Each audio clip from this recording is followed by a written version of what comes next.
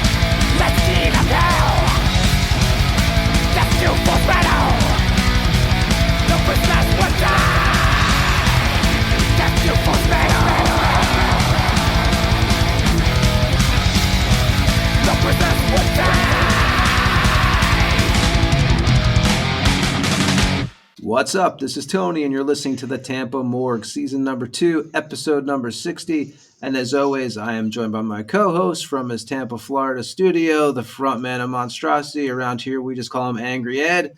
What's up, dude? Mr. Anderson, what's going on, brother? Same old, man. It's been great out. The weather's awesome right now. It kind of feels, it's got that autumn feel to it and everything, but it's going to get cold as shit before I know it here in Eastern Europe. But, you guys getting, you guys really haven't had much storms and stuff, right? You guys got a shitload of rain. It rained today pretty good. It stormed a little bit today, but it's been kind of quiet the last, especially with a bunch of these storms brewing out there in the fucking ocean. But no, we're good. Yeah, it seems to be, they predicted a really busy hurricane season for you guys this year. So it's really, so far, it's knock on whatever. It's been Right. working out, Yep. I'll take it. Yeah. And we opened up the show with Witchtrap. That song was called Death to False Metal from the Evil Strikes Again record from 2020. We have Hugo and Carlos joining us tonight from Witchtrap. They'll be on in about 10, 15 minutes. But Ed, we have just some announcements to make and stuff. We got a couple guests lined up. We actually have Tony Dolan joining us next Thursday from Venom Inc., Adam Kraft. So that's definitely going to be a great guest. Yeah, he's a nice guy. Very nice guy. And we've actually had the pleasure of opening up for Venom Inc. A few times. Yeah, in Ybor. What was that? Yep. Is that 2016? Sounds familiar. Yeah, at the Orpheum. It was great. That was a great band. But talked to Tony the other day. He's going to come on next week on Thursday. So looking forward to have him on. And then the week afterwards, we'll have Udo on. So that's that's a good catch. Yeah, that's pretty awesome. So he'll be on. It's not going to be, we're going to have Udo for like 30 minutes, maybe 30, 40 minutes at the most. So it's not going to be like our usual episodes where we, go really deep with these guys. But it'll be good to talk to him, man. He's on the road right now. So we'll be talking to him in 2 weeks. So we'll get you the date of that probably up on the Instagram this week. And Ed, we got some tickets to give away too, right? Still, we got Yeah, Yngwie. We've been kind of waiting to do the little announcement. It's kind of difficult when you're doing this once a week. But yeah, we have Yngwie tickets. It's Clearwater, right? Yeah, Clearwater at the Capitol Center. Yep. And if you have never seen Yngwie before, I can promise you it's he shreds. I mean, it's not like that Slash show where it was like you're expecting Slash to come out and rip, Guns N' Roses solos. He was doing a bluesy thing. This is Yngwie. Yngwie rips. So Rising Force, all that shit back then. How's that venue? I don't know if I've been to the Capitol Center. I haven't been there, but I did an overview of it, and it looks really killer. It looks like there's not any bad seats in the house. Kind of like when we saw King Diamond at God, I can't remember the name of that place in Orlando. It was a weird name that we went to. I actually forgot that venue too. It was a great show though. Yeah, great show, and we all had pretty good seats. So because it's the way they lay them out, it looks like it's going to be like not a bad seat in the house. So, and again, it's free tickets. I think they're like $80 if I saw that right. Yeah, they're up in the 70s, 80s. Yeah. So you get $150 worth of tickets to go see Yngwie, have a good time, and you got to go to our Instagram and let us know you want them. That's how it works. Chicago Joe went to that Capitol Center actually. It was probably last month, I think it was, and he said it was, like you said, not a bad seat in the place. We have that. We're just going to announce a few shows, just get everything set up tonight. We're probably going to end the show, I think, with the guys too. We'll probably bolt when they bolt tonight. We got a busy couple weeks coming up now, me and Ed. A lot of stuff going on, but we want to mention a few things. What do we have? Ed, obviously we got Swarm Fest coming up, so if you want to plug that really fast. Yeah, there's a ton of bands on that, and as usual, you caught me off guard. You son of a bitch. I'll say Nasty Savage. Nasty Savage, Vince Crowley, Pessimist, Us, Promethean Horde. There's Lethal a ton. Prayer, Nocturnus. It's crazy how many big bands he actually has on there. I was trying to figure out. I was like, how are you going to pull that off? And Nick, double stage he's doing. Yeah, he's doing. Well, the double stage. Not just that. He's been doing this for so long that he's figured it out. I mean, to just on one day, Saturday is Vince Crowley, Nocturnus, Perdition Temple, Promethean Horde, Druid Lord, Generic Christ. I mean, that right there would be a great show, but there's still 5 other bands. There's 6 other bands playing. Nasty Savage, Narcotic Wasteland. We had him on. Interceptor, Sorcerer, Virulence. Yeah, there's a lot of killer bands. Corderia, Grave Rot. We had Josh on Mr. here. Jones on. Yep. So yeah, I mean, it's going to be 3 action-packed days at the Mug. It's probably going to be really hot, so may want to get one of those around the collar fans to wear around the venue, so that and wear your dry fit shirt so your tits don't look like they're fucking sweating mules, because it's going to Get be, warm in there. Get as we packed, know, yeah. dude. When we played with Exodus and I saw Vader there, I think I actually played that show with Vader. I don't remember just going there, but I can tell you that I left looking like I just when I was at the amphitheater last week, and it rained the whole time, the whole show, except for maybe 10 minutes in the corn, it stopped raining. But I have to tell people that if you've never seen Gojira live, go see fucking Gojira. They are incredible. I was absolutely blown away by how, and that was I didn't realize, because I don't follow that shit. It was the first day of the tour. So usually, you know how that works, man. First day of the tour, shit goes wrong. Nah, man, it was fucking. They were tight as shit. So it was killer. I was impressed. Yeah, there's a lot of so now it's basically what touring. A lot of those bands come through Florida in the summer. It seems that that now it's always that's what the thing I always hated was the festivals when they came through in the summer through Florida. Some of the outdoor ones because some of those Ozfests and stuff back in the day they were get hot as hell. It was always definitely you always knew what to expect. You were pretty much going to have a long hot day unless it rains. Like You're gonna get all fucked up from the rain, but it was fine. yeah, well, the good news is it won't rain inside the Brass Mug, and that's where the Swarm Fest will Yeah. take place at, and that'll Yep. be November 22nd through the 24th, right? Yep. And we'll have plenty of information on this show about that. We'll have Nick on here eventually. We'll have some of the bands on here, and it's going to be a busy 2 months. We'll be playing that show. It's our first show in years, so looking forward to that. Should be a good time.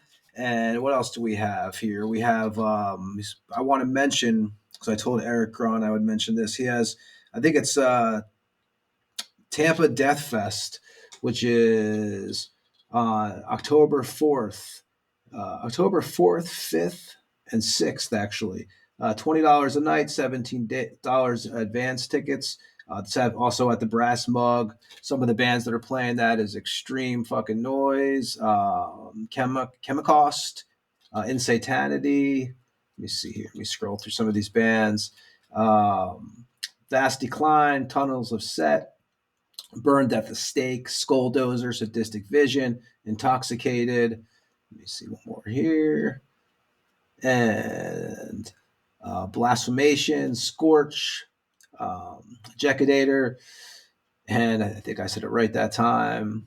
And that is at the Brass Mug, and that is going to be, like I said, October 4th, 5th, and 6th. Sorry, I'm reading this off of this thing, and it keeps on freezing on me. But so Ed, I think that's all the shows that we'll announce more next week. We'll kind of do a little post show next week. I just figured this one we'll get the guys on from Witchtrap and then talk to them, hang out with them. They've been around for a long time, man. A killer band, dude. I mean, they've never put out a bad release. They've toured through the States, I think, 3 times. I'll have to confirm that with them. I know they're playing Maryland Death Fest, I believe, this year, which is a killer lineup, as we were talking about. Just a great band. They just play old school thrash metal. So we're gonna have Hugo, aka Witchhammer, the drummer, and we're gonna have Carlos, aka Burning Axe Ripper, who's the guitar and vocalist, and they'll be on with us tonight. And Ed, anything? So I guess let's play some music, and then we'll get them all settled up. What do you think? Sounds good to me. Anything else you could think of? Nope. I'm all out of shit. Just been writing music with you for our secret new project. Yeah, so we're working hard, and we're gonna play. Let me see here. We're gonna play Witchtrap Metal Mania from the first Necromancy demo from 1992, and then we'll be back with Hugo and Carlos from Witchtrap. This is Witchtrap with Metal Mania. We'll be back on the Tampa Morgue with the guys from Witchtrap after this track.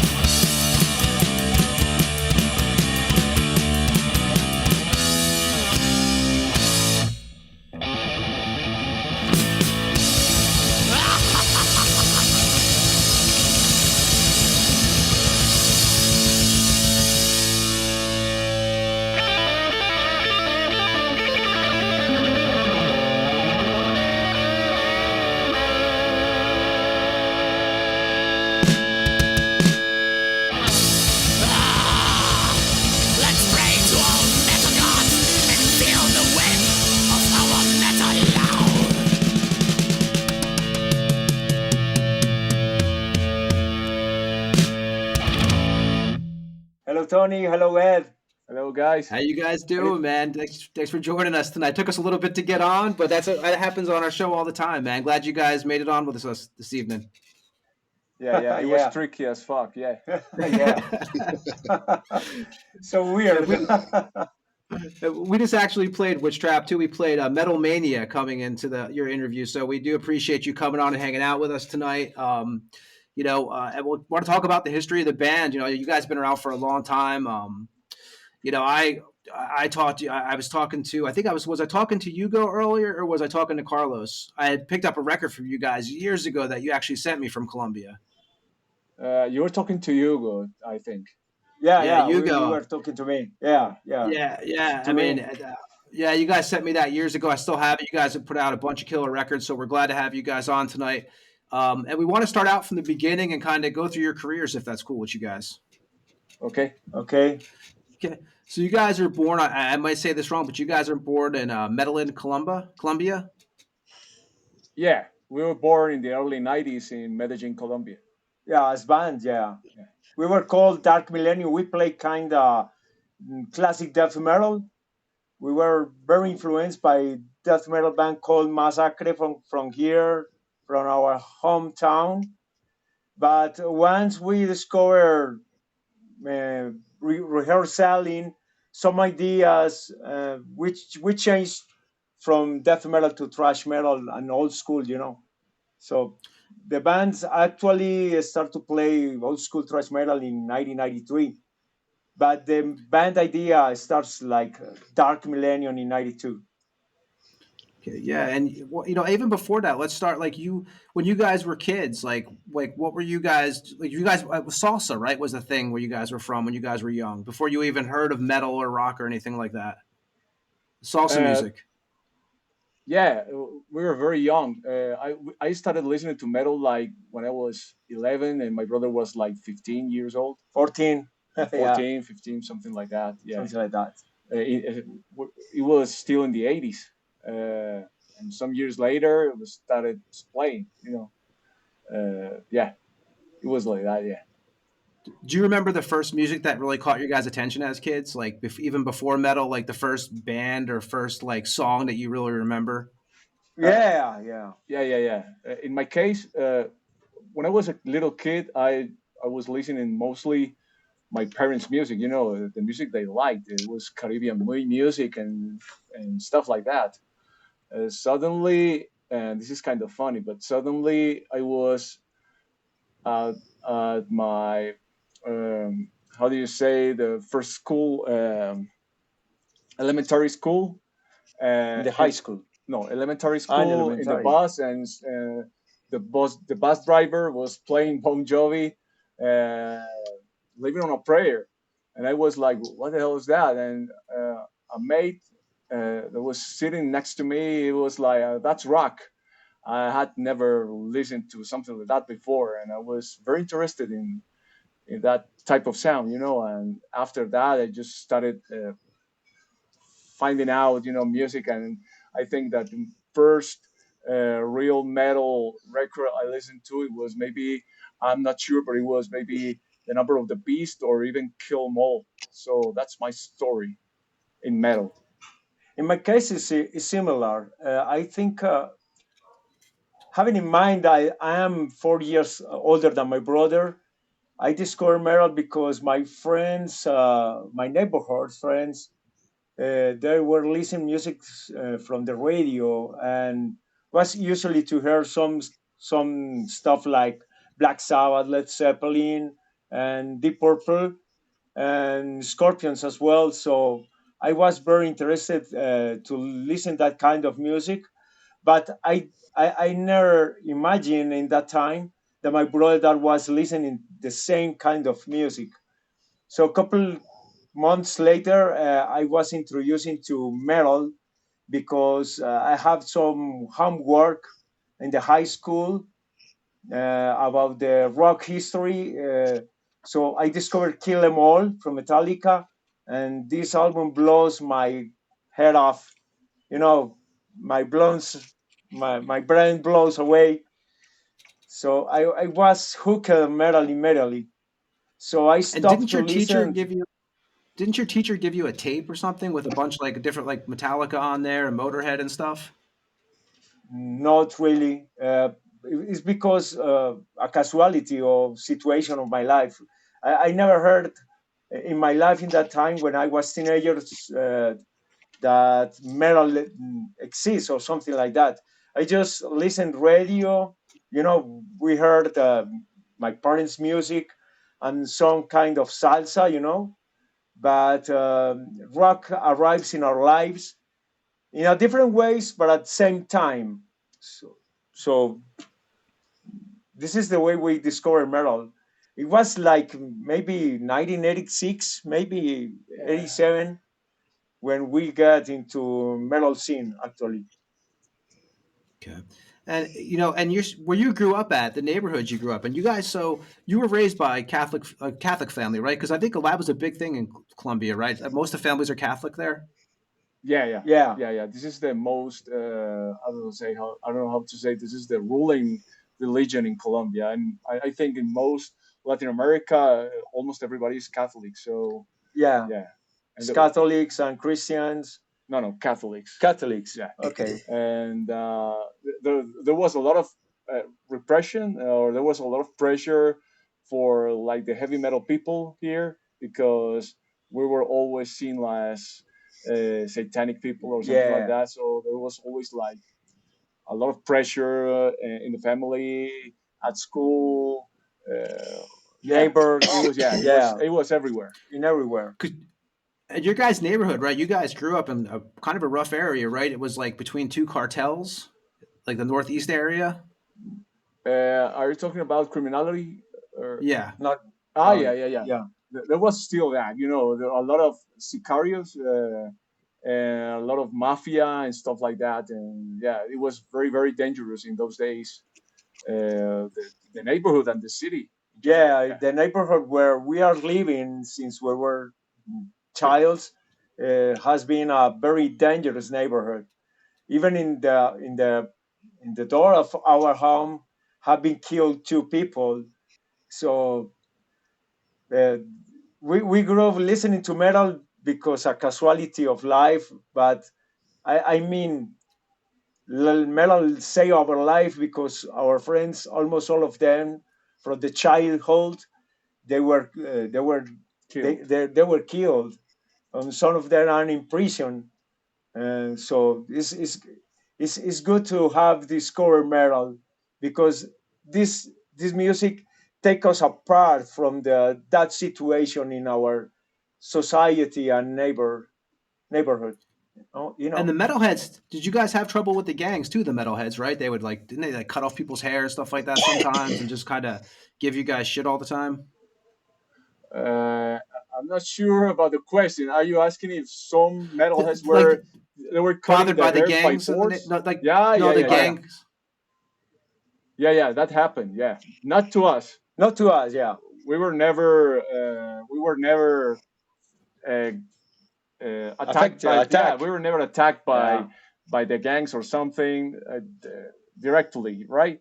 But some of our friends, they had their hair cut by some gangs, and we were persecuted by the police too, and the police were cutting the hair of everybody around. So Yeah. yeah, it was shitty as fuck. It was a pain in the Yeah, ass in the that's 80s for metalheads.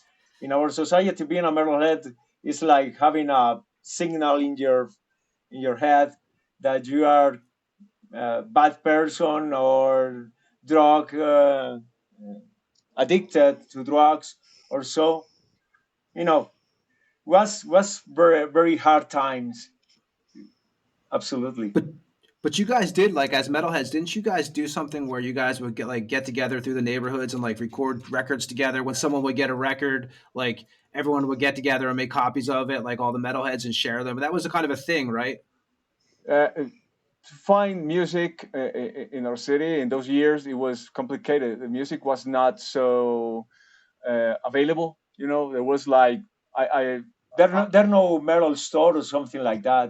it was just one store, and there was people that maybe went to the states and they come back with a lot of vinyls, but there was like 2 or 3 kilomoles around. There were like We two. borrowed the Yeah, stuff between us, and it was common to share one vinyl among the whole scene and made in home taping. Uh, but it was really hard to find any copy of any metal album, any band. Few And copies Carlos, for thousands of people. yeah. wow, Carlos, the first show you ever attended was with your brother in 1991. My first Was shirt. that the first concert you've ever attended?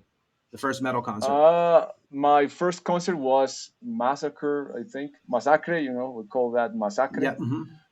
It was in 1991. 91. Yeah. I was very, very young, like maybe 13 or something like that. We come together to that show. I think was the last ultra metal show we had in that time here in Colombia. Yeah. And did that Very show have a scary. big impression on you? Yeah. It was a very good show, but it was scary too. I think it was the first time that I had to share a place with a real metalhead people. It was those guys were very rude, Yeah. They were very rude, so it was scary as fuck. Yeah.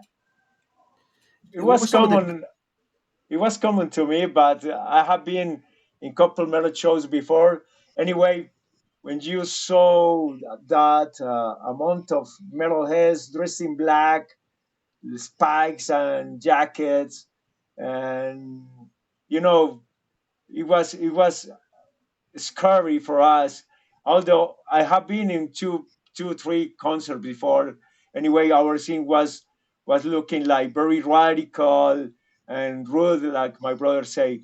But it was amazing. An amazing show indeed. What was your first concert, Hugo? My first, it was to see Reencarnación. It was in 1987, in September 87. Okay. About this time, you guys are getting into what, like Running Wild, Tyrant, Gravedigger, and bands like that. You guys are starting to listen to a lot of. We usually heard Running Wild and Gravedigger, stuff like that. I don't know.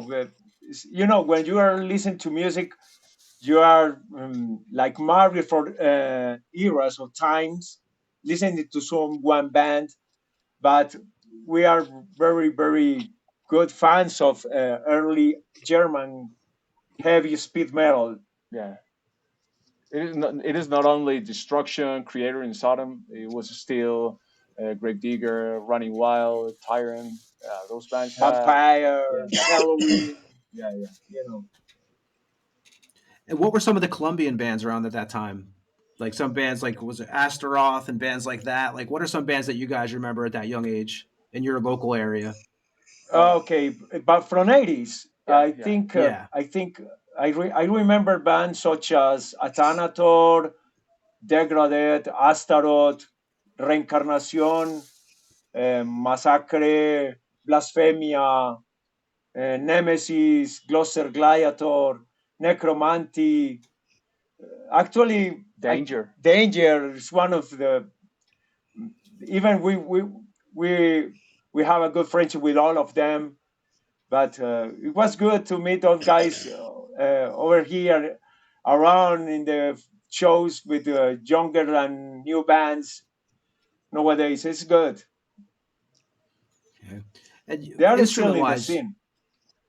Sorry. and you guys started playing acoustic guitars at first, right? You guys, both of you each had an acoustic guitar. At the very beginning, there was just one acoustic guitar for both of us. But with time, we got another one and we started playing Together. Yeah. But in order to form a band, he started playing drums, just hitting some furniture instead of drums. Hitting some furniture with the sticks. I was playing guitar, but he plays guitar very good. He writes like 50% of Witchtrap music, and the other 50% is written by me. Okay. You guys did that, like you said. He took over. He started doing the drums. So you guys' first band was Dark Millennium, right? That was you, the brothers, and then you guys had a guy named Parasite on bass, and you guys also had, which was which you guys now in the band was playing guitar. You had I can't think of who was your guitar player. The guitar player is the bass player now in Witchtrap, right? The guitar player for Dark Millennium, that was. Yeah, it is. Uh, Yeah, we were two guitar players. Edison, is Witchtrap bass player right basically, now, and myself. You know, we were both Dark both, Millennium yeah. guitars. Yeah, Okay. But And Parasite was a guy with, he was a friend of us in 80s and early 90s, and we share music, we went to metal shows and meeting some parks to share music and some drinks. But, everyone chose his way, and he got married and had a child, and that's why he left the band. But sometime later, Edison, the guitar player in Dark Millennium, he started to study economy, right? yeah. And he kind of got far away from metal, but still listened to music. So my brother and me dedicated to write and compose some music, and and that's why Witchtrap grows in a lot of composition. So that's why we left the idea to keep working in Dark Millennium. you guys did Witchtrap, what, 92, 93. And you guys also had a bassist, Sebastian, Slayer Blade, right? Was his name that he went by. That's right. And Yeah. how'd you guys meet Sebastian? He was my mate at elementary school. Yeah, Yeah. he was made. We were like in fourth grade or something. I don't remember very well. Yeah, he was supposed to be the first bass player, but very very early in his career, he suffered from uh, how do you say this in English? Like It was a a rampage, terrorist maybe. Yeah, accident, yeah, a right? terrorist attack. Yeah. Yeah, Yeah. yeah, yeah, yeah, yeah. He lost an arm, so that was it for him. Ah. And yeah, so you guys, so that was the first bass player ever for the band, though. Before that happened, and you guys, what, named the band after the 1989 film by Kevin Tenney, Witchtrap, the Yeah, movie, Yeah. that the horror Yeah. movie. Yeah. yeah, yeah, yeah. Yeah. We saw it on a TV channel, a national channel, and after seeing the movie, we thought that it would be a good name for the band. Almost, I had never heard a band with that name, and coming from a terror movie, it works perfect for the band because the lyricisms we had and the idea we had for playing our lyrics and the music we did in the band. So that's why we choose the name, and that's it. And Carlos, you did Yeah, the logo. You designed the No, logo. no, no, no. It was Hugo. He did the I logo. did it. Yeah, I did the So Hugo, logo. you did the logo. So is it? yeah. It's inspired by like Venom, Possessed, the Budgies. Was that the three bands you inspired it off of?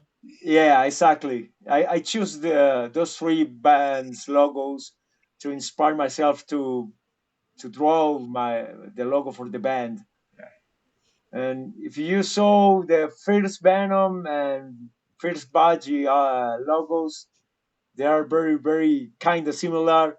And I take some details from Possessed to draw it in Witchtrap, using for Witchtrap. Yeah, Yeah. Okay. And what was the first Witchtrap song ever written? Witchtrap. Witchtrap. Yeah, I Okay, think it was like the first song that I mean, I wrote that song. We were playing that metal, you know. I wrote that song and the riff and everything, and I thought it was very cool. It was sounding very good. So I showed it to my brother, and I told him, like, you know what, that metal is very good and everything, but Yeah. I want to play old school speed metal. What do you think about this riff? And he thought it was just amazing, and he started to blast the drums as I was playing, the riff, and it Yeah, was how it started. I keep the simple drum beat, tupa tupa, and it works perfect for the riff on guitars. And after finishing that jam, we realized that was the style of music genre we want to play of the rest of our life. I mean, uh, although we have doing another stuff later, but actually we are doing with Witchtrap what we want to do from the beginning. It takes some time to grow our ideas in a band, and it has worked a lot. We are so happy to do that in the band. Yeah, And when did you guys do that actual first official Witchtrap show? the first. We have two No, shows. the official one Official one is is just one. is one. It was in 1987, 1988. I'm not sure, but we played together with We didn't have a bass player by that time. in that time. Yeah, That show was made in the downtown here in Medellin. We played like 2 hours or something. It was a maybe very long show. a very long show. There was like maybe 40 people. Maybe 40 40, people, maybe yeah. 50, maybe. It was very underground, very, I don't know, it was simple, very underground, and we played like 2 hours or something. Yeah, that was it.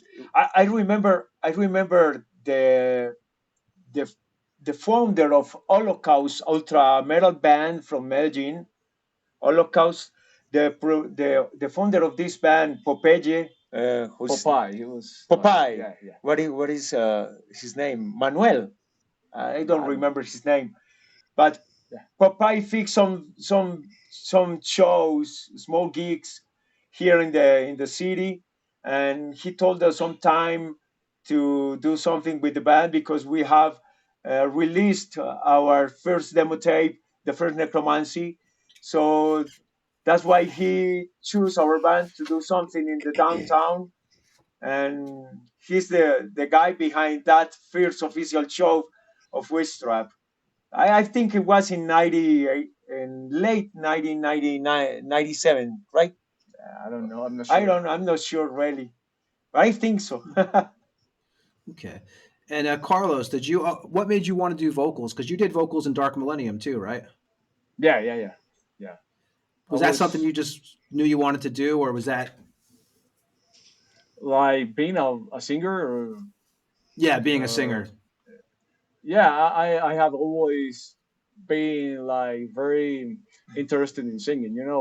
I have also sung in bands, in heavy metal bands with a very different type of voice. I think I have some, I don't know, maybe some, uh, how can you say this? Like a versatility maybe for my throat or something. I can sing very different styles of music, and maybe I Yeah. can say, yeah.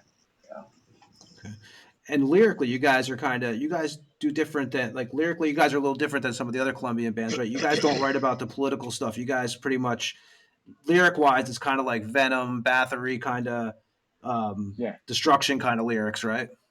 Yeah, early Bathory. Yeah. Yeah. Yeah, we don't like. I mean, it's okay for the bands that do lyrically this type of stuff. No problem. I like. But as we're playing like old school speed metal, the type of lyrics that you can put in those songs is just sorcery and witchcraft and things like that. Yeah. We were inspired in some time for the HP Lovecraft stuff and something like that. Is when I'm a Venom fan since I was a teenager. I think it was my second band I discovered in metal, and this kind of music with some evil topics is for me amazing. I think it's something like a kind of rebellion from me to be against the society in Colombia, because as we told you before about this country is very Catholic. So for me, this kind of music with evil lyrics is absolutely amazing. And even today, I enjoy a lot to write stuff like that and see the faces of normal people out there in the crowd when we sing something about evil and Satanism and stuff like that. It's fun, and for me, it's great. And when you guys did the first Necromancy, you guys recorded that. What, you guys recorded the drums, the vocals, guitars, all that together, right? And then, Yeah. but the drum set, you guys kind of put that together with just odds and ends at the house. That was like totally like just stuff you had found around where you lived at? Yeah, it was recorded at home in a room, and A very small room. yeah, we didn't have microphones, we didn't have any gear of any kind, and so we just have a tape recorder, and we were like putting things in different locations and play, and hit the record button, and we did that a lot of times. Yeah, and recording. It was try and error. Yeah. And we did that until the sound was kind of good. Yeah. So we did recordings for like 20 seconds or 30, Yeah. and then listen to the record if it record pretty good, or at least Understandable. understandable. So when we find the perfect location to record, we start to record all songs one by one in one take, and we took something like 2 weeks recording the whole demo. Yeah. Because we have very poor gear, handcrafted drum set, and really small guitar amplifier, and but it works. I think it's very understandable, the guitar, the drums, and the voice, and it works perfect for to have a demo tape. Yeah, it was pretty decent for a demo tape. Yeah. You guys do 100 copies of those? 100 copies. I Of the sold. cassette? We sold something like 666 copies, as far as I remember. Yeah. There you go. And on that demo, that was dedicated to a former drummer from a band by Satanica, Martin Dromolo, I want to say his name was. To Martin, to Jaga. He was killed in 1996, Yeah, I think. He was killed, and we dedicate this demo to his memory. He was a good friend of mine, even of us. We have a good friendship with him. His name is Martin, and we call him as known as La Jaga. I can say he was a good friend, a good man, and very dedicated guy to metal. He was a good collectionist, and he was dedicated to metal all the time. Yeah, very good friend. He was killed unfortunately, for terrorism attack once again. And as far as we were good friends, we dedicate this demo to his memory. Yeah. But the band is not called Satanica. It was, No. It's Satanakia. Satanakia. Satanakia. Okay. Yeah, I'll butcher pronouncing names a million times. No problem, man. And one of the difficulties for you, like for your bands out of there, like it's the visas and like for playing shows, right? It's hard to go to play in other countries for you guys, because everything's like the immigration issues and stuff. Was that a big problem early on for Witchtrap? It is a problem to go to the U.S. to play, in borders and immigration and all that. Yeah, we have to. Yeah, you need to have a visa if you are Colombian. Yeah. But if we're going to play to Ecuador or Brazil or Chile or other countries here in Latin America, there's no problem. The real problem is to get visas, and sometimes it can be a pain in the ass to have one of these. We only get our visas in 2013 for the first tour we did in the States, but it was expensive to have a visa for a Colombian people in that time. Now it's kind of easier. It's kind of a bit, yeah. Okay. Well, we're gonna play the Maniac off of the first Necromancy demo. Is there anything you could tell us about that song before we play it? I was just very influenced by Bathory, maybe first record. Those recordings of in that single, the sound is very, very I don't know how very raw, very primitive, very raw. Some people can find in that record a lot of the ultra metal from Medellin of the early days. Yeah. There are people who says that there are people who say that this is the last ultra metal record. I'm not sure if I can call that, but yeah, yeah. Even John Metallion from Slayer Mag, he told us once by email, he wrote us that Witch Metal EP was the last ultra metal record. For us, it's like It's like a compliment. yeah, a compliment, Yeah. and we are so proud that he said that about us. Although we know we are 10 years later of ultra metal era in our country, but we found that amazing and killer words about our band and our record. Yeah. Definitely. Well, we're going to play right now. We're going to play Witchtrap. We're going to play the Maniac from the first Necromancy demo. And we'll be back with the guys from Witchtrap right after this track. I'll be back on the Tampa Morgue in a minute.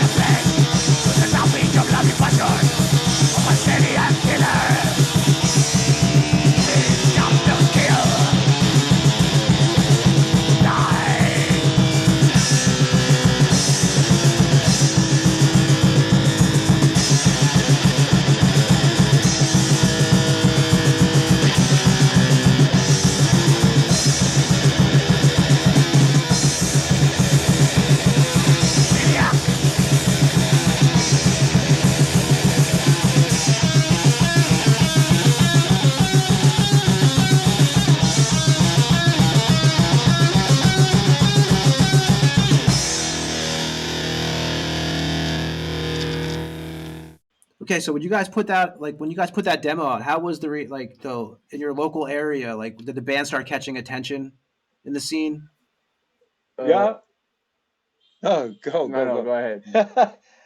I don't know. Our scene in that time in '90s was a really hard scene, and being known in Colombia is like a pain in the ass, because uh, to get attention from people in Colombia for a local band comes from the recognition you got out there from Colombia. I mean, if your band from Colombia gets some recognition from Europe, United States, and other countries, then our scene realized that this band is good. So once we get some few recognition in the underground, the people realize Witchtrap exists. You know, it's really hard to have support in Colombia when you start a band. Yeah, But and mainly in those days, there wasn't all the internet and all the social media we have today. yeah, yeah, And we had some friends in the city. some They local were labels. they were trading stuff with people from other countries or cities, and so they had some of our stuff, some of those tapes, and they started trading. And I think it was how we were getting some recognition from other parts of the country and other Yeah. parts of the world. So yeah, Besides, our scene was very divided because you know the situation against the genre in metal separate our scenes by genres. There are people focus on only death metal, other people focus only in black metal, and actually thrash metal was not a very very well welcome thrash metal in the scene because people think that thrash metal in that time was out of the trend. out of the trend. Yeah, maybe exactly. maybe they were like I remember that most people we were playing in shows with 4 or 5 black metals. It was all the shows were like that. Yeah. And when people came along to us, they were asking like, "Hey, dude, why are you playing thrash metal?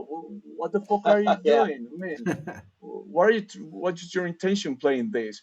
And it was very funny. Uh, yeah, it is that's the problem when you have those trends, because everybody start playing the same shit. Exactly. So as everybody start playing the same, everybody starts sounding the same, and so when you have one band playing different, people think you're weird or something. Yeah. And you guys also didn't you do a demo in '98, but it didn't come out till 2005 on a Japan label? Because didn't you guys like record a demo and not put it out? No, no, not really. Yeah. What? We recorded a second demo, Oh, yeah, we but recorded a second it demo. was never released because we didn't have the financial resources for doing so. So Yeah. we didn't put it out. Yeah. I remember something. Even we stopped to make the production of this second demo because we got a proposal to record the first EP, Witchhammer. So we thought the best idea for the band will be to record a vinyl. That was the first proposal we got from that guy here in Colombia, and that's why we stopped the production of this second demo. And the we focus only on and record the first EP. Yeah. Okay, and you guys did so. Yeah, so then the demo actually came out. And what it was like the Japanese label released it in Yeah, 2005. Yeah. yeah, it was in 2005. Yes, as you told us.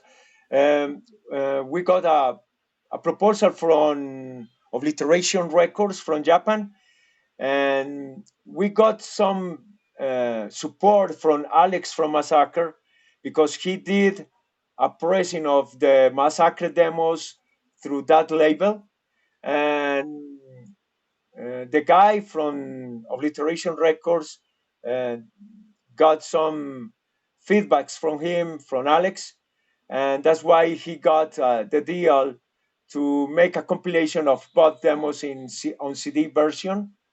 and it was released on 2005. Okay. And you guys, so is that when Dark Moon joined right after that? Because he joined in what, 99? Dark Moon. The bass player? Yeah, yeah. 99. In 99. Yeah, Yeah. yeah. He was recruited because we had a, a booking for playing in a big festival here in Medellin, together among great bands in that time. So he asking us, we have to have a bass player for that show. Yeah. No, but there's another story. I don't know. I'm not sure if Merciful Fate or King Diamond. Oh yeah, Yeah, was supposedly he was supposed to come here to play, and we were offered the place to open the show for King Diamond, but we were asked to we had to have a bass player. We were just my brother and myself, we need to have a bass player for playing in that show. Opening act, yeah. So we asked Dark Moon to help us to fill in the bass, in the bass. But funny, it was funny because that show never happened. King Diamond didn't came to Colombia in those days, so yeah. And so he joined the band, and then you guys went to the studio, right? Organic Studios, to record the Witching Metal EP, and that was Dark Moon's first recording with the band. And that was your guys' first pro. That was the first time you guys were in a pro studio. Yeah, first time. Yeah. Okay, so it was. And when you guys recorded Witching Metal, what was that? How many days did that take you to do that? It takes only 4 days. In 4 days we did recording session, mixing and mastering. We did it in a recording 6 tracks recorder.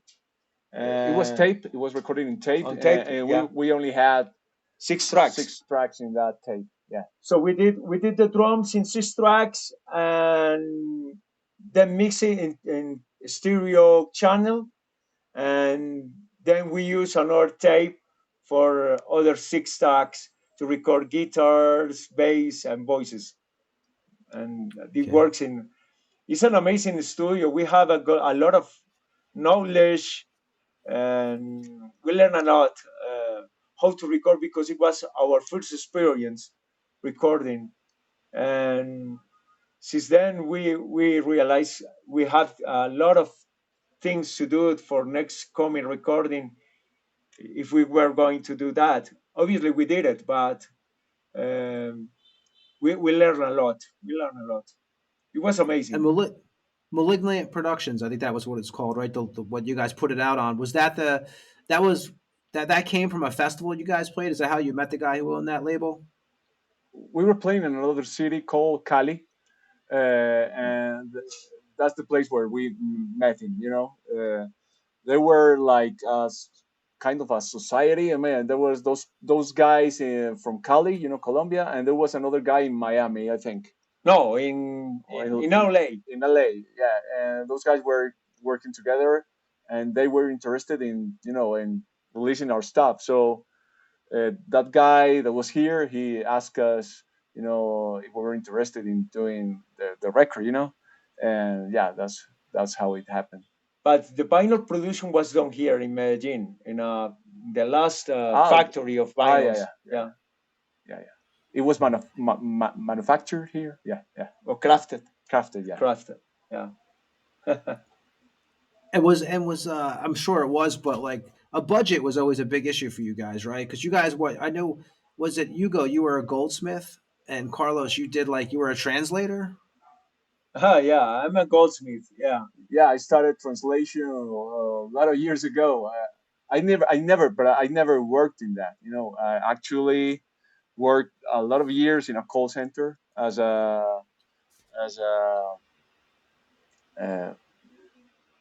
I was, of how do you say this? It's like a long distance calls operator. Okay. Yeah. I worked in that type of company a lot of years ago. Yeah. But I never used my English for doing any work of some sort or anything. Nor teaching, neither. Yeah. Okay. And then next, you guys do the Sorceress Bitch album, which is your first full length, and you guys did that also at Organic Studios. Yeah, I Yeah. was recording in the same studio and in the same front time. I mean, it takes only 4 days for recording, mixing, and mastering. We work with the same engineer, and this time we use as 16. 16 tracks recorder. And wow, man, it got the real feeling we want to have in our band. Old school feeling, old school sound, old school production, and I think this is the main idea we want to do with our band. We would like to do with that with first debut Witch Metal, but it works pretty good. Unfortunately, we don't have enough budget to make a better production, even for the capture for the recordings. But it works a lot, and we are so happy to have this album because we deserve a lot of recognition out there in the underground because of this album. For me, it's really amazing feedbacks and critics from the many people and magazines out there from Germany and even the United States, and that's it. Sorcerer's Beach is uh, for for one way to say it is our golden. How do you say it? The crown? It was just our beginning. So Yeah, yeah. But yeah. it's for me it's the top of the top of our career to start. Uh, it's the best way to start for us. Okay, and you guys released that with Hell's Attacks Productions. And with the artwork, you guys seem to use a lot of like Colombian artists. I noticed through all your covers. Is that done intentionally? No, we No, just choose the one that I think is the best for the job. Actually, we have hired one, two foreign people for different covers. For example, Trap the Witch was made by an Italian guy, I think. yeah, And Vengeance is My Name was made by Matt by Matt from the United from States. Chicago, I Matt think. Putrid. Yeah, Yeah, yeah. Butchered, yeah. We So we always we usually wants to use different artists for our artworks, yeah, and I think it works because it Definitely. gives a personality to each album. yeah. What's some of the during that Sorcerer's Bitch that during that time period? What's some of the bands you guys are playing with? Uh, ¿Cuáles son las bandas? Mm, I don't remember very well, but I mean, there's a lot of bands. There were a lot of bands here that were playing. We were sharing stage with. We had bands like a lot of black metal bands. We have from Cali, for example, Occultus. yeah, We have also from that region of Colombia, Utoxul, Utuxul. yeah, We have Infernal from Medellin. We Inferno. have uh, from Cali, from Bogota, for example, we have. Um, Uh, oh man, there's no a lot of man, bands. it's a long time ago. It was a lot of time. Eol, Seoul, Seol, and Seol. Nosferatu is another band. Yeah, Well, yeah, we played with death metal band from the coffee area in Colombia that is very known in our scene. I'm talking about Internal Suffering, yeah. which share a couple times here in Colombia, and they are good friends of us. And as my brother told you, we have shared stage with many bands. I remember the bigger band we played in that time was Gorgoroth Gorgoroth. Oh. in that time. But we have played with a lot of bands from Colombia. I can't name it all of them. Yeah.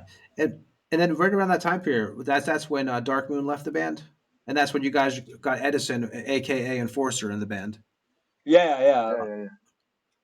Darmon left the band in September of 2002, Yeah, I think so. and Enforcer get back into a band in very early 2003, because we had a small tour in Colombia for like 4 or 5 dates, and we talked to him because I saw him again back in the scene, and he went to see other shows. I used to go to many shows in the city, and I met a couple times. So that's why I told to my brother that he would be a good idea to get it back to the band, and especially because he likes Witchtrap stuff we were playing now.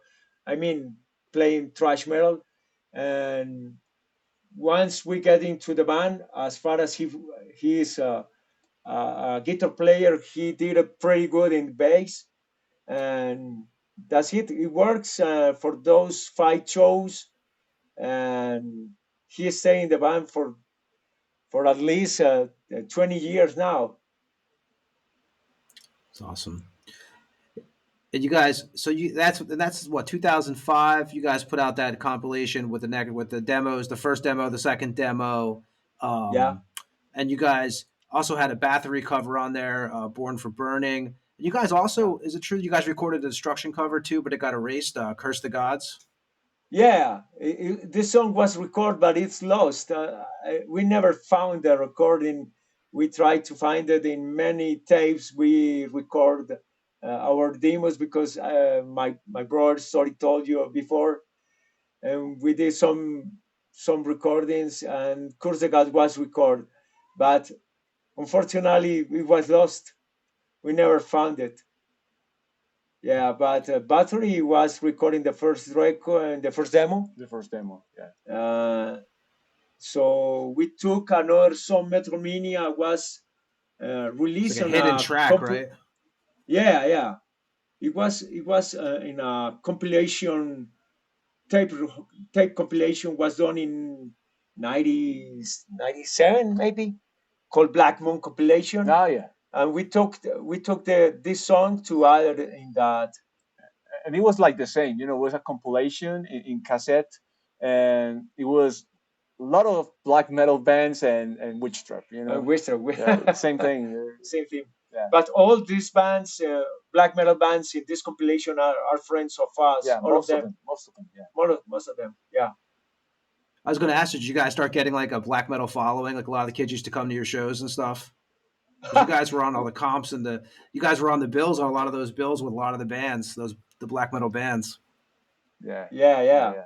Even Dark Moon plays in a black metal band called Erzebet. And all the friends we had in that time in '90s, all of them like a lot black metal. We are not very, we are not a black metal guys, but we like some stuff. Obviously, we love a lot of early black metal like Merciful, Hellhammer, Early Battery, Venom, of course. But the friends we had in '90s, they were focused in Dark Throne, Emperor, Dark Funeral, Marduk, Immortal, and stuff like that. But we shared time with them a lot for for all nights and drinking a lot, sharing music. Good times indeed. 2006, you guys put out a 4-way split on Iron Bonehead Productions. That was the Maniac was on that, and then you guys entered the studio to start working on No Anesthesia, right? Yeah, all right. Yeah. Which is your We first. did. You guys are building a studio at your house too, right? At this time period. Yeah. We But start to record our stuff here at home. yeah, but when we did No Anesthesia, we recorded drums in another studio, and then guitars, bass, and vocals. It was recorded here at home. We didn't have a studio like a studio. It was just a couple of microphones and a PC and all that. But that's how it started in those years. Yeah. Now was- we have now, I mean, nowadays we have a lot of gear. We have a lot of microphones and Good gear. gear, Yeah. yeah, for Right. recording. But back in those days, we only have like one or two microphones, and that's it. And your studio is called Dirty Sound Studios because you also started a label, right, called Dirty Sound Records, which No Yeah, Anesthesia Exactly. was the first release on that record, that on that yeah, Yeah, label. yeah. It is. Yeah. Yeah, yeah. Okay. And when you guys did No Finally, Anesthesia, no, tell me. oh no, go ahead. I'm sorry. Go ahead. I'm sorry. I'm sorry. Go ahead. Oh no, I was just gonna say, you guys, and that sold out in 6 months. The first press of that album, No Anesthesia, for you guys on your label. Is that correct? Yeah, 6 months. Yeah, Yeah, something like that. yeah. Yeah. We didn't know nothing about how to make a good production mixing, and especially my brother dedicated himself to study a lot, asking in the how do you say that, Mario? Um, lugares donde busca en blogs, Forums. en I blogs. was searching in forums how to mix and master and all that, but you were saying that that record were sold in 6 months, right? Yeah. And I think you can perceive that in our country. I mean, this is the record that has most recognition in Colombia. When we play songs from Non Anesthesia, everybody gets fucking crazy. Fucking We crazy. Yeah. in every show we play here, we need to play at least Three songs. 3 or 4 songs, or even more. If we don't play that amount of songs, people are not going to be satisfied with the show. So yeah, that's the record. that's true. Yeah. That's the record. Do you think that's the record where you guys found your identity? Like that was kind of the first record where you guys kind of found your sound? I'm not sure if I can call that like that. The band has evolved in some way. We're playing the same stuff from the very beginning to the last record, but you can be like the same guy for 20 or 30 years. We have evolved in some way, but maybe with No Anesthesia, I think you can find the basis of the band. The real old school speed metal that we try to play. So maybe, yeah, you can say that. Anyway, it got the feeling we got to Yeah. to express in that album, and we did it with what we have. I mean, we don't have enough gear, no a big budget, and we try to make it. Uh, I mean, for us, since the beginning, we have done everything with a few of lack of production, but we make it happen as good as we want. And each time we are growing and develop our production and our composition. But I mean, I think No Anesthesia is a great album, and especially for the support of our fans. So it's great to have this album out there with the whole production we did it. And the song "A Forgotten Cemetery" on there, you guys dedicated that was what, to one of your friends, Victor, Yeah, who passed away. Yeah, Victor Gallego is a friend of mine. I knew him in 1987 maybe. He's one of my best friends in metal when I started to listen music, and he played drums in Massacre after Bull Metal left the band. So we had good times with him. I shared good times. He introduced me to many good metal bands in that time, and even introduced me to hard rock bands such as early stuff from the Scorpions. And he died in the same year or a year ago, a year before we pressed the album. So I I I, I wanted to dedicate this song to his memory, because all the friendship we had in that time. Nice. Yeah. And it's that same time period, right? That's when emails really starting to happen. You guys are starting to get contacted by fans. Do you guys are you starting to notice that like you're getting emails from fans around the world all at the same time this album comes out? The No Anesthesia. Yeah, Yeah. even since Sorcerer's Beast, I start to get a lot of emails. But no, nowadays, if you have social media, I mean Facebook, Instagram, you have to take a lot of time answering from fans that want to say thank you for the music or very interested from buying merchandising from the band, and a lot of promoters trying to book the band. So we have to spend like 6 5 hours answering emails, comments. And those were the years of MySpace. You remember? Yeah, we Oh started yeah. Yeah. in the first contact we got was through MySpace. I spent a lot of time in that social media, spreading the Witchtrap name to many promoters out there, and that's why I think healthy bangers check out our band, because I had hard times working with that. I was focused in finding metal labels around the world and showing Witchtrap stuff to all of them, and and that's why the band's got some support from labels out there from Colombia. Because you guys did, so you guys did the No Anesthesia, and then you guys kept busy because you guys did the Nightmares of the Dead EP, which actually you played bass on that, right? Because Dark Moon wasn't in the band at that time period. Yeah, Yeah, but there's a little mistake in the order of the albums. Actually, Nightmares of the Dead is before no No anesthesia. Anesthesia. Yeah, It was before. It was like the record we have where there is no Dark Moon in bass and there is no Edison in bass. in bass. We were just the two of us again. So we recorded that single, and my brother played the bass. I mean, we record this EP after Dark Moon left the 2002, band. right? Yeah, Yeah, yeah. exactly. But it was produced in 2007, I think, because I remember the label from French label called Ordelius was it? Yeah.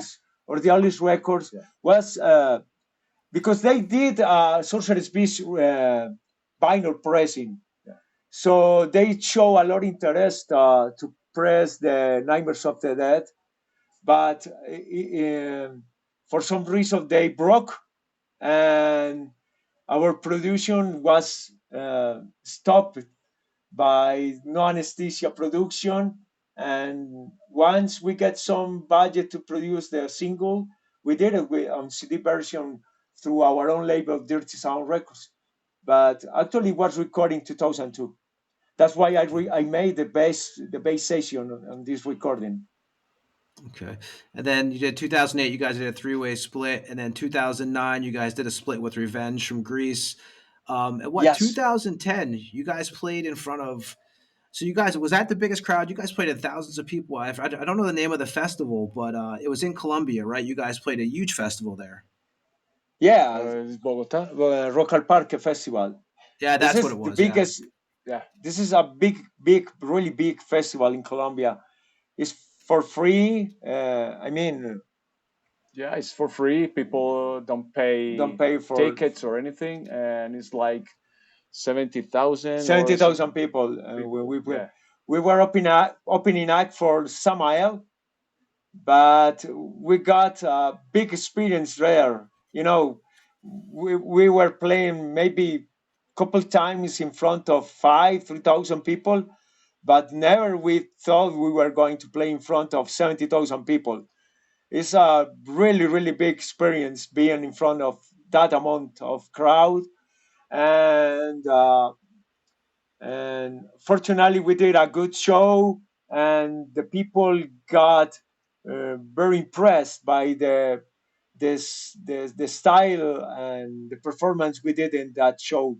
Yeah, and we had a lot of support from people. You know, they were like shouting "Witchtrap, Witchtrap, Witchtrap," yeah. and it was amazing. Was amazing, yeah. Fucking killer, Nice. yeah. And you guys, what 2011? You guys toured Ecuador and Chile. Let me see, and then so you guys, I know that was there 6 years between No Anesthesia and the Vengeance Is My Name. But did you guys start writing the material for No Anesthesia? I mean, for Vengeance Is My Name, like right after you guys pretty much released No Anesthesia. Uh, we have those back in those days. We had a lot of stuff, a lot of material to choose from when we were about to put out a new record. Exactly. So we have a lot of songs, and there was actually when we were going to choose the songs from "Vengeance Is My Name." I remember that our bass player was saying like, you know what, the songs you are choosing for the next record, they're very slow. This is going to be a very slow record. So I would recommend that you change things and put up uh, Yeah. faster songs for the record. So yeah, we choose one and choose ones, and the other were like in stock or something like that. Yeah.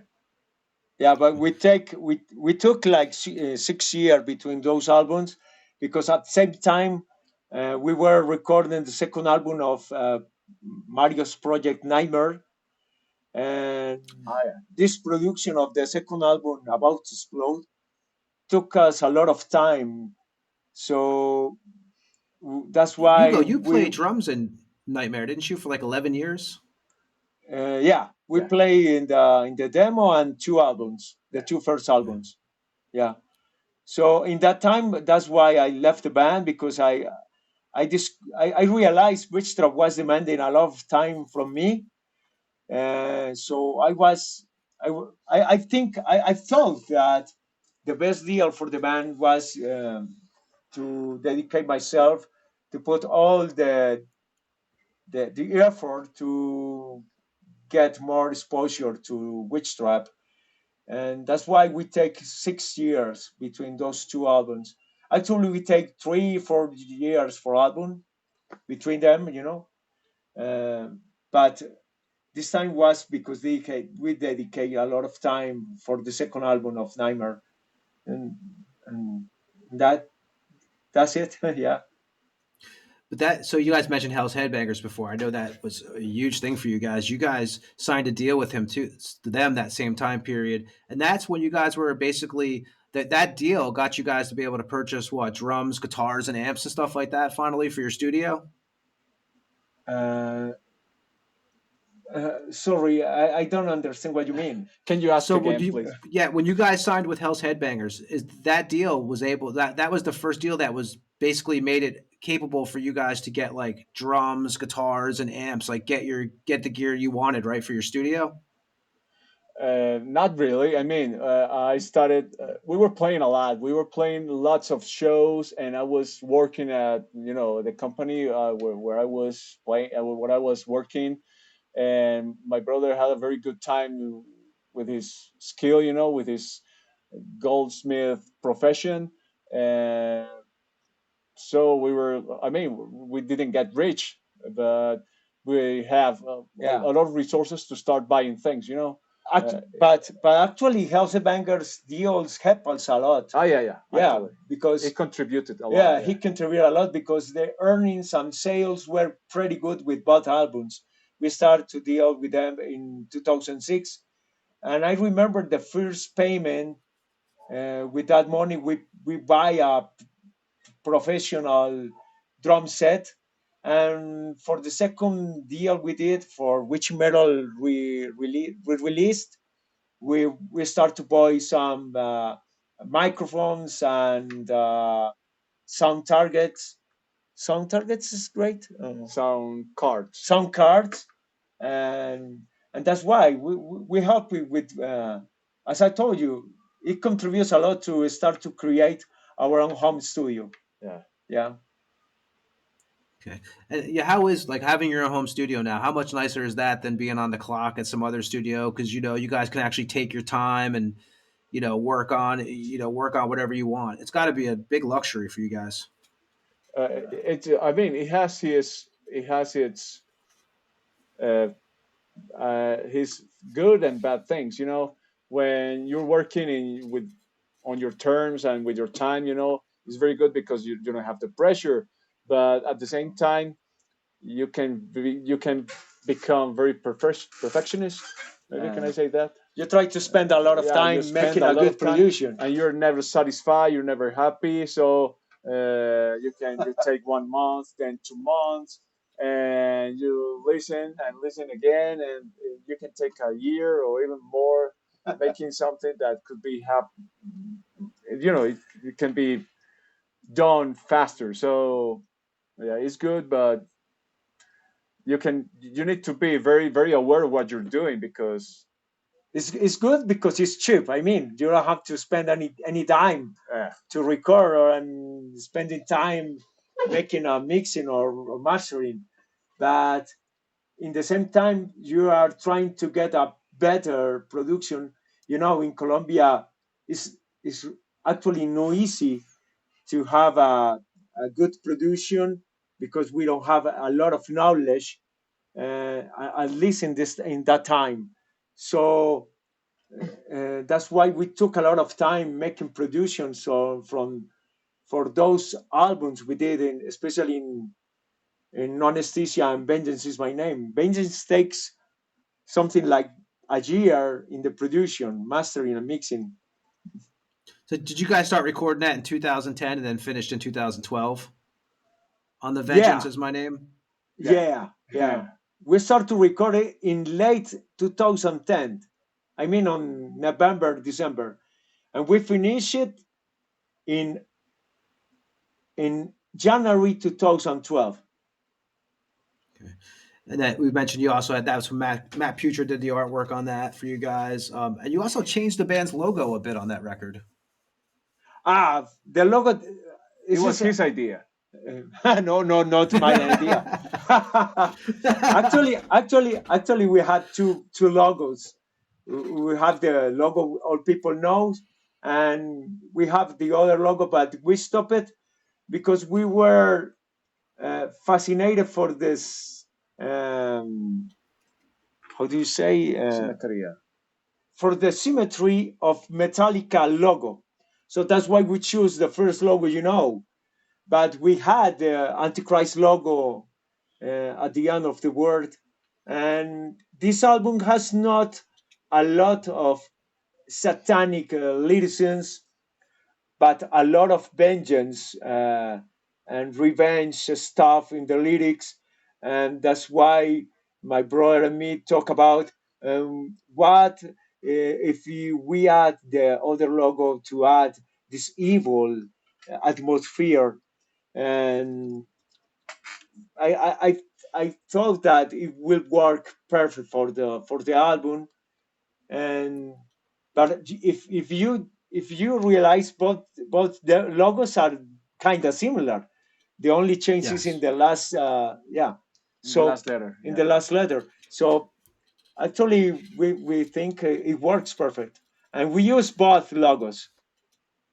And the artwork on that's basically like trying to show with the mammoth is basically showing the evil side of man, right? Because it's basically goes with the title, Vengeance Is My Name, because you see the mammoth basically retaliating against the human. Yeah, exactly. Yeah. Okay.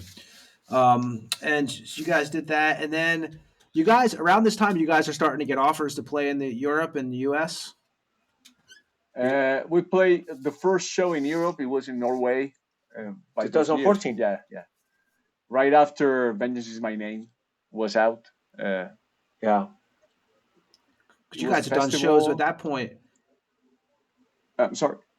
Oh, go ahead. No, go ahead, Carlos. No problem. Go ahead, man. No, I was going to say that we played that show in Norway, but it was just one show. One show. It wasn't a tour. Yeah, it wasn't a tour. We were playing a lot here in Colombia and around. I don't remember if we were already playing in other countries that much, but we went to play in Chile. We did a small tour there, 5 dates, and we did another tour in Ecuador. And 1 year after Vengeance Is My Name, we did the sorry, we did the first tour in the States. It was called the first necromancy over US. We did like 9 dates in the States. Although my brother was sick for infection in his arm, and we have to cancel couple shows, one in Boston, another in Chicago. Ah. But in the whole world, it was a successful tour in the States. We play in the last show we did was in LA, and this show was absolutely amazing. I mean, playing far away from your country, especially from Colombia, and playing in front of 1,000 people in a very foreign city like LA, and realize all people knows your music, your songs, and acting like maniacs, singing our songs, and feeling like a kind of earthquake on the stage because people were smashing, no, mosh pit Yeah, and mosh pit and all that. stuff from the stage. Wow, it was an amazing show. I remember that show from like I was one of the best shows we have done ever. Among others, of course. Every show is amazing, but that is very special for us, actually. You guys have toured And the States 3 times, right now? we have done 4 times Four in the times. in the Four times. States. Yeah, Yeah. yeah. Okay. And you guys, 2013, talking about the States, you guys put out the Dark Millennium EP, and that had 3 tracks that was like basically pre Witchtrap material. And you Yeah, guys did cover songs from bands from Colombia, right? That was something you wanted to do because you guys did a Savage Aggression song and stuff, dirges. You guys kind of like did some cover songs of actual local bands where you were from. Okay, the real story about that is that we were offered uh, like a tribute album of another band's playing Witchtrap songs. Uh, yeah, we don't consider ourselves that big. We don't consider Witchtrap that big of a band. We're the same underground band we have always been. So instead of putting out a tribute record, we wanted to make a record uh, paying tribute to other bands. So the first 3 songs are not Witchtrap songs; those are Dark Millennium Dark Millennium songs. songs. And the other 3 songs are, yeah, we were paying tribute to other bands that were very good, very underground, that we have shared stage with. Uh, yeah, that's how it came to life.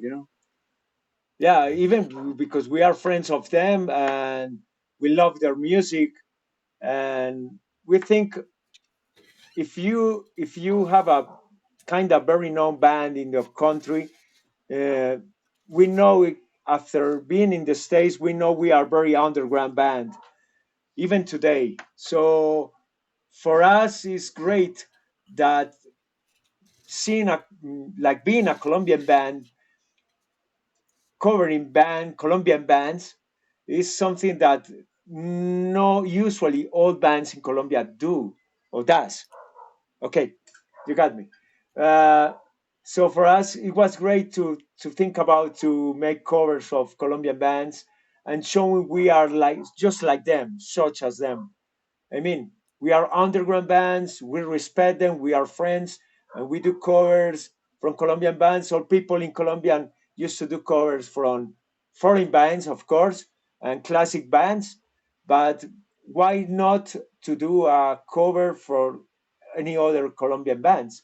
They are good I think stuff, it's good bands, and that's why we choose the idea to celebrate our 20th anniversary covering some bands from Colombia and remembering those times when we were called Dark Millennium. that's very cool.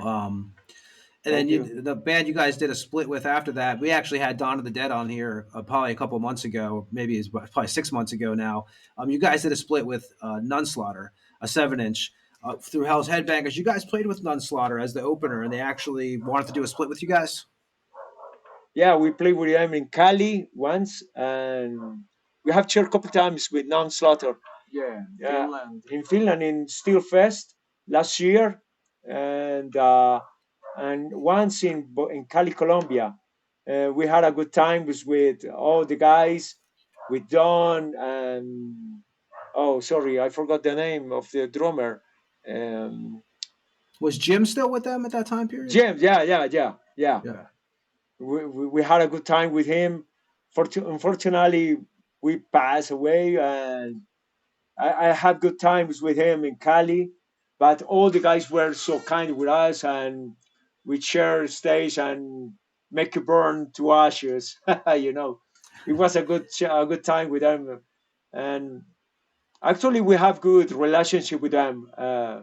We talk couple times by email or something like, and the times we have shared like in Finland, I remember cross some words with Don, and we know they are very close to Hell Headbangers as well as we are.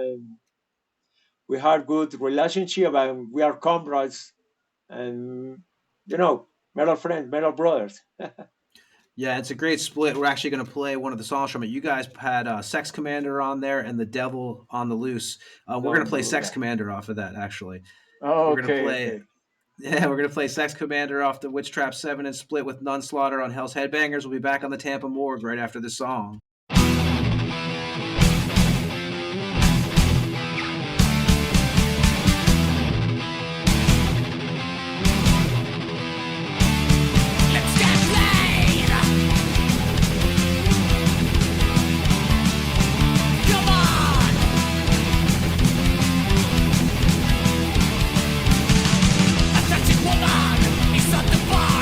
She likes the song I asked to the DJ. So desire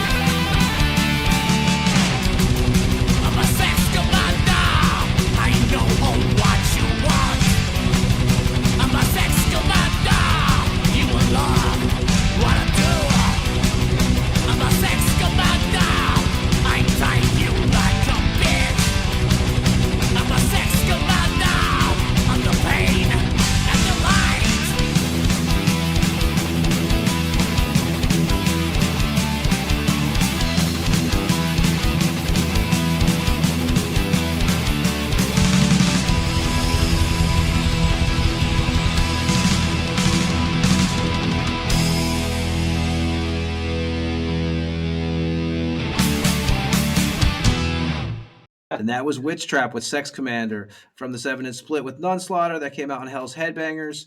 2015 would be a year you guys would also put out Trap the Witch. And all these songs, they were written prior to the release, right? You guys had those written for a while. Those songs also, they were left over. Yeah, we put a lot of time recording those songs, and I think those were written since years ago. I'm not sure, but Yeah. For example, Lemmy, the first songs, it is a very old song. Yeah. Don't Leave the Course was another old song. Yeah, not sure about the others, but I think they have been in our mind. They had been in our minds for, I don't know, quite some time. So I don't. Yeah, I remember I have something like 3 songs composed for that album from long ago. Even I think they were written for No Anesthesia album, especially Don't Leave the Course and what was the song we were talking about early today? The Sort of Touch of Fire, maybe. Yeah. I think so. The songs were composed long ago. Yeah, like maybe 8 years or so, maybe. There was one. Still, I mean, we had like seven songs for the record, and we needed one more. And I remember I was writing a heavy metal song. It was when you listen to the album, where you listening to the album, Yeah. you realize that there's one song that doesn't sound as raw as the others. It doesn't sound as thrashy as the other. Yeah. It is hard thrashing Mania. It was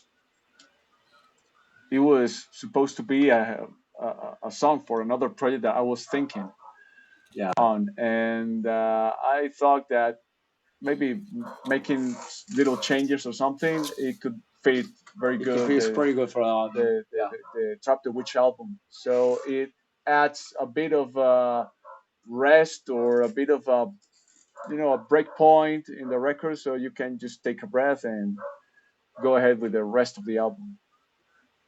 Yeah. So you guys did that, and then between Trap the Witch and Evil Strikes Again, you guys took what was it 5 years between those records? You guys did that on purpose, actually, kind of just to kind of not lose connection with the fans a little bit, not overload. Yeah, maybe those in those days, it is not a very good idea to be putting a lot of records, year by year. Year by year, yeah. It doesn't work. Yeah, it doesn't work very good because if you do that, you can put out a record and nobody is gonna pay attention to it. So I think 4 or 5 years between records is very good nowadays. There are thousands of bands out there in the underground, and if you are putting an album year after year, the people is going to lose the musical career you had.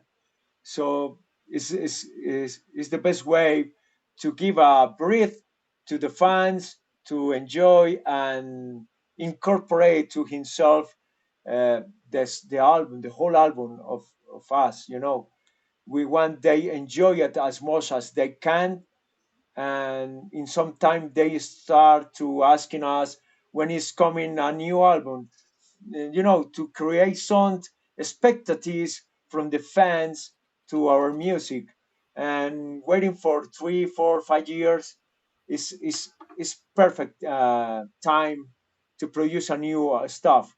Actually, I'm reading stuff for new coming album, but we released a new one just a couple months in ago. April, right? Yeah, April. You guys put that out. Yeah.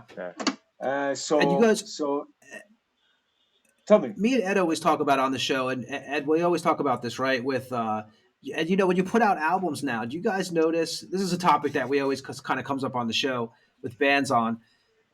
When you put it out, it seems like a lot of bands, you'll hear about an album for like 2 or 3 weeks. Like you'll hear about it constantly and then it disappears. Like, I don't know if you guys see that through even the bigger bands now. You'll see like this band is putting out a record. Everyone's excited for like 2 or 3 weeks. And then it seems like it goes to the wayside. Like it used to not, it didn't feel like that back in the day. When you got a record, it seemed like it lasted longer. Now it seems like you really have like three weeks to market the record before people move on to the next. Have you guys noticed that at all? with our music No, not with your music, just with records in general. Like when bands put in out general. In records now, general.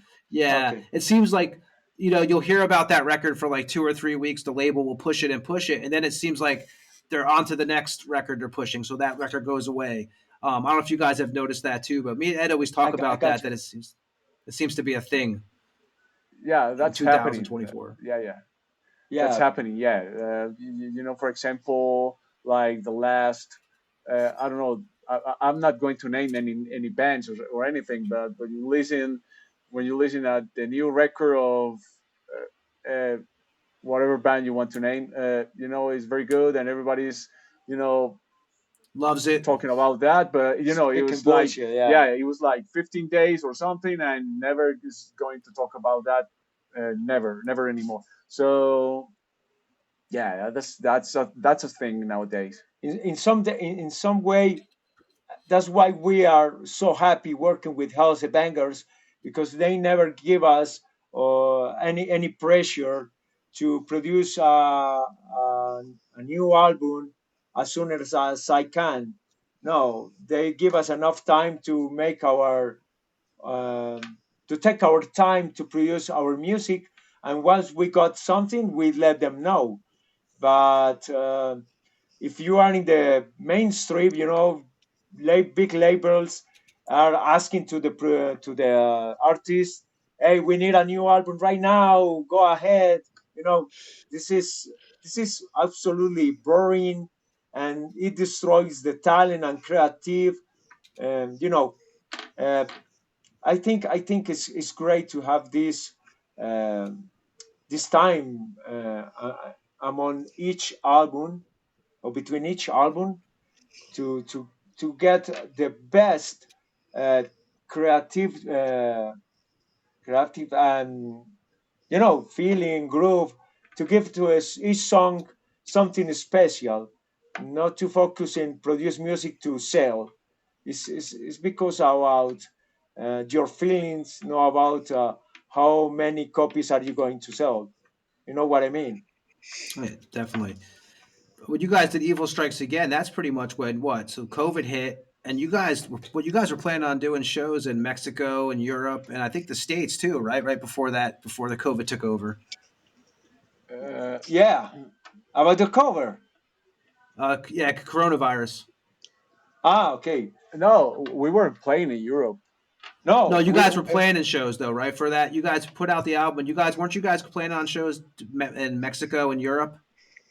okay. No, we did it after the coronavirus, and Ah, I was planning to book a big tour around the world, but unfortunately or fortunately, we have to stop all our plans, because at same time we were very close to buy flights to the States and Europe to tour with our band. And once COVID comes uh, through the society and this shit happens, we realized we couldn't buy those flights and stop to touring, because all this shit happened and stop everything. So the album was released just couple days before days, maybe couple weeks before the the coronavirus started. but it's lockdown. The Yeah, lockdown lockdown. started here in Colombia. So Evil Strikes Again sales about the CD production we did so it was in March. Yeah, in March. It was out in March. Um, the sales of this album keep us alive because we earned our life for the band nowadays, So it helped us a lot. And once, People were very supportive. yeah, yeah, Very supportive when we put out the record. We didn't have any chance of making money in anything because of the lockdown, but everybody started to buy in the record. yeah, So exactly. we had the help of a lot of metalheads in Colombia and in other parts of the world buying the record. Yeah. Yeah, yeah. And couple months later appears the Healthy Bangers issue, so the sales were so great as well. And uh, Eagle Strikes Against gave us everything in that time. Nowhere places to play, and flights with were restricted, and so on. You Eagle guys played Strikes Against Steelfest, arrives in the right way. and you guys played Steelfest in what 2023? Yeah, we play. We were contacted by them, by the promoter Gianni, and we offered an idea to play in that festival. We were agree with everything we proposed to the band, and we make it happen. I remember some friends in the big media. I have friendship with some guys in bands, and they tell me that it would be not a good idea for the band playing there. It has been kind of banned from you know political rights, shit. But a Colombian band is not usually to be booked by European festivals. And for us, it was an opportunity to show our music, our band, and we said yes. And actually, we had a good performance, good reception from the fans, and all people enjoy our music right there. And they were singing, screaming, and having good time with our music. And the feedbacks after the show were so great, and we love it. It was a great time. Nice.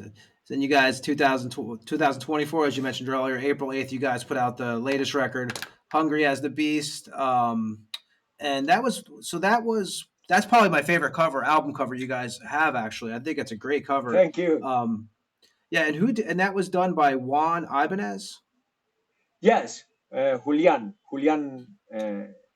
Mor- Julian Mora. Mora, yeah. Julian Mora. He's a illustrator from Colombia. He's from Bogota.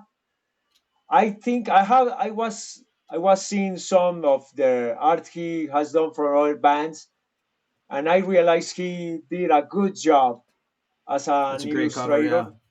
Yeah. Yeah. So we make it happen. What do you guys do? Kind of give the idea to the artist what you guys want through all your album covers, because you guys work with different artists a lot. Do you kind of give them your kind of vision and let them just run wild with it? Yeah, we talk to each other and we just put on the table the ideas, and we try to focus on something that is not very complicated, as the most simple it can be, the better. So we just talk about ideas, and we decided on something and just tell the artist, and yeah, and no problem. No problem. Yeah. Yeah. We give him a cover concept, and he started to work on it. It was really easy. Yeah. Yeah. Nice. And you guys have been together now. You three have been together. This lineup now. What? How many years has it been now that you guys, all three of you guys, The have three played of together us. in Witchtrap? Los tres. ¿Hace cuánto estamos los tres juntos? Together we have been like 20 years, maybe 20 years. 21 years together. Yeah. Yeah. Yeah. And is it just like now? It's just easy to write together. Do you guys just gel, all three of you? Is it like the perfect? Because you guys, that's a lot of time together to be with the same three members. Yeah. It is. I think one of the things that make things be easy is like he and myself, we are brothers, and the other guy, we've been friends with him for since our teenage years, so we have a very good friendship. So yeah, when you see other bands, they've been together for many years and they end up uh, being no friends. They end up hating each other. That this is not happening in Witchtrap because of the brotherhood and the amount of years we've been together being friends. So yeah, It's really Nice. easy to manage Yeah. the band. Yeah. Okay, so what we're gonna do is we're gonna play one more song, and then we're gonna let you guys get out of here. We're gonna say goodbye to you guys. I have a couple more things I'm gonna mention to you, but Okay. We're going to play from the new record, the latest record. We're going to play "Built for the Kill" off "Hungry as the Beast." And anything you could tell us about that track before we play it? Sorry. We're going to play "Built for the." We're going to play "Built for the Kill." Yeah. Yeah. Oh yeah. And anything you could tell us about that song before we play it?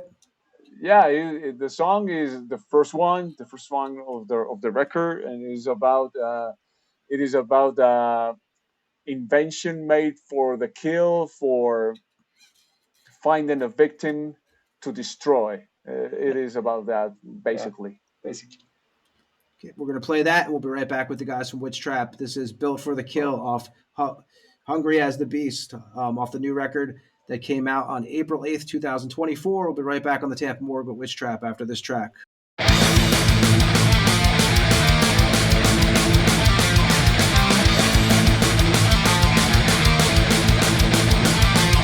Inspired by hatred, creation's insane.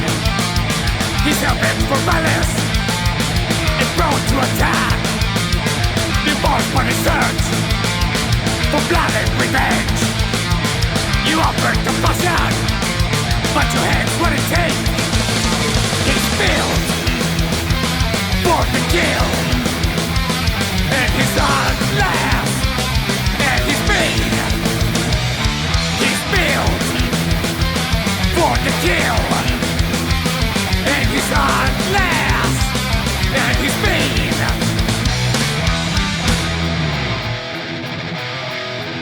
And he's ready to destroy.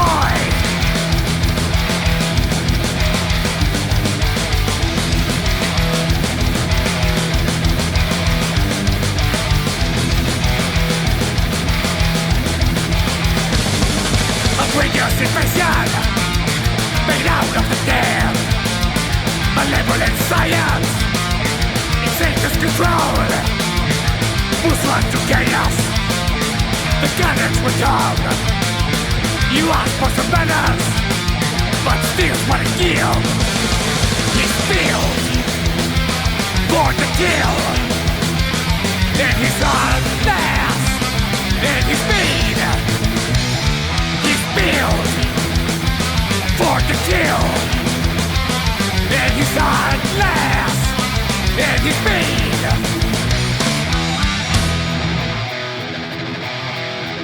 And he's ready to destroy.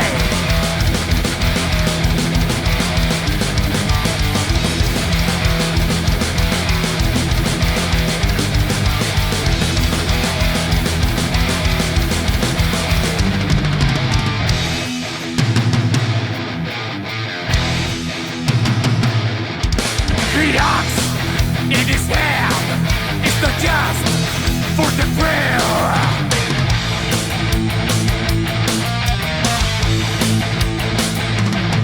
There's no shelter for the victims of redemption for the sins.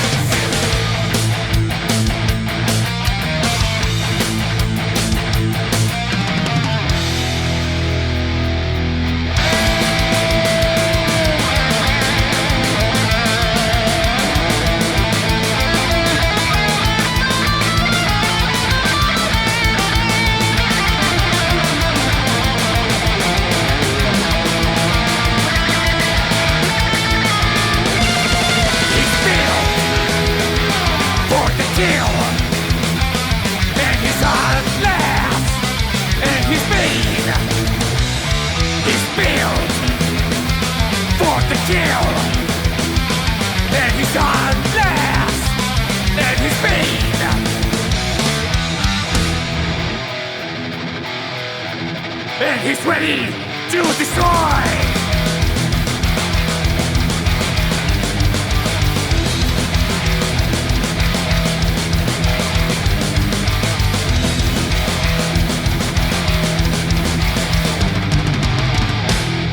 That was Witchtrap with "Built for the Kill." Hey guys, you guys are playing Maryland Death Fest this year? Yeah, we got 2025, I should next say. year. 2025, yeah. Yeah. In 2025. Yeah, hopefully it's gonna be amazing. We have a lot of friends in the States right now.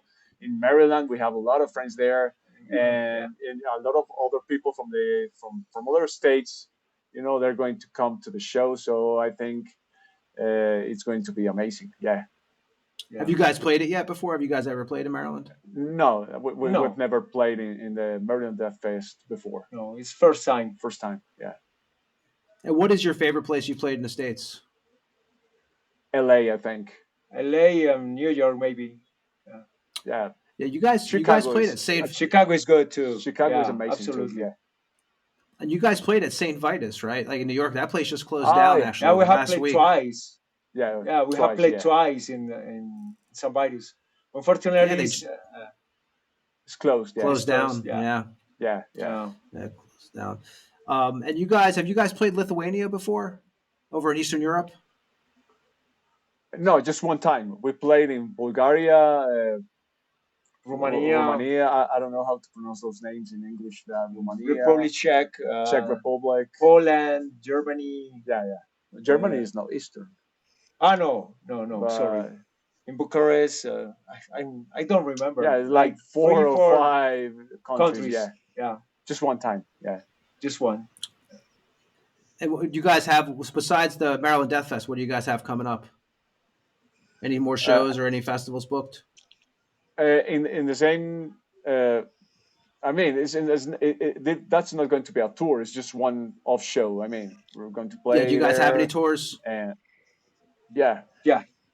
But we're working with a booking agency in the States for making a tour next year, but it's not going to be connected with the Maryland Death Fest, or I don't think so. So, but definitely it's going to happen next year. A whole tour in the U.S.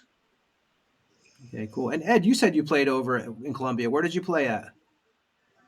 Medellin, we were Cali. we were playing last weekend in Bogota. Yeah. Bogota. Yeah. Ed's actually toured over there. That's what I was asking. He's actually toured over by you guys a few places. Yeah, we played Medellin. We played the Black Angel Fest in 2023. Yeah. I saw you Yeah, guys. and then we played Bogota, Ace of Spades. We played Cali. We played all over. We did a whole South American tour, and I did that twice actually. I did it with Massacre twice too. We played the same cities. So yeah, no, South America is a great place, especially Colombia. Colombia is probably one of my. But the thing is, out of South America, the craziest fans are probably from Colombia. I would say out of South America. Yeah. Thank you. Yeah. Actually, for foreign bands like you, playing in Colombia in a show is very common. I mean, it's no problem. But for Colombian bands, it's not very easy to make a tour here because people are not going to come to the shows in the middle of a week. They're not going to come to a show on Wednesday or something. There has to be always a weekend. So we don't make tours in Colombia. We play just weekends and On weekends, yeah. It's really hard to fix a booking in the whole territory. Yeah. Yeah, I think in the States it's the same though. Even weekdays for bands is not the best. Even Ed, right? Even when you're touring, the weekdays kind of suck sometimes. A Wednesday or Thursday. Depends on the band. Yeah. Depends on the band. I mean, Depends on the band. Yeah, Depends on the band. Yeah, if you're Cannibal Yeah. Corpse, you're still going to pack the place. or I mean, Morbid absolutely. Angel or something, you're gonna pack it. Yeah, absolutely. Yeah. Well, man, guys, we really appreciate you guys coming out and hanging out tonight with us. And, despite the troubles getting on, we got on tonight. So it all worked did. out. No, it was a real You know. pleasure. Yeah, Thank you. real pleasure. We love it. Thank you very so much. Thank you very much. No, we appreciate it too. And, if you guys could stay on for a few minutes, we'll say goodbye to you when we end the show, actually. We just got to say it. So before we say goodbye to you guys, what do you have? What's next? Anybody who wants to find out anything Witchtrap, where can they go? Like Instagram, anything you guys have that you want to promote? Yeah, we have Facebook page and Instagram. You can find easily on Facebook like Witchtrap, and on Instagram you can find Witchtrap official. It's really easy to find, and you can find as well on Bandcamp Witchtrap official, and YouTube is the same, Witchtrap official. Yeah. This is all our social medias and networking. Yeah. And anything you want to say to any Witchtrap fans that are listening tonight? Oh no, just stay evil, stay ugly, stay metal. Keep the fucking metal flame alive in your hearts. And support underground. Support bands. underground bands and acts. Remember, underground bands deserve all the support because the classic bands and mainstream sometimes were underground bands. So this is the only way to make a good metal scene out there in the future. Nice. And guys, again, we appreciate you guys coming hanging out with us. So we'll say goodbye to you guys in a few minutes. Everybody else who's listening, we appreciate it. We have Tony Dolan from Venom coming on next, Venom Inc. coming on next week. Then we got Udo the week afterwards coming on. And Ed, where can they find us at? Whoever listens to the show, Spotify, Spotify, Apple, Amazon, YouTube, Instagram. Find us there.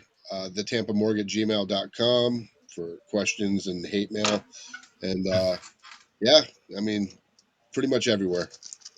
And there's a bunch of episodes you can go back and listen to. We got episodes. We got 60 episodes. It's the 60th episode tonight. You can go back and listen. We got Snowy Shaw. We got Chris Reifert. We have interviews with Art the Clown, Kyle Thomas from X Order. Vince Crowley. Too many. A bunch Go of them. check them out. If you listen to one, you'll listen to them all because it's a dive into everybody's history, just like tonight. So, it's all metal and horror. We do horror too. So yeah, definitely go check out the old episodes because you will not be disappointed for sure. And we'll be back next week. Again, Carlos Hugo, we appreciate you guys coming on and hanging out with us tonight. And absolutely. And everybody who listens, we'll say goodbye to you guys in a second when we sign off. But everybody else, thanks for listening to the Tampa Morgue. We'll be back next week with Tony Dolan on Thursday. See you then. See ya.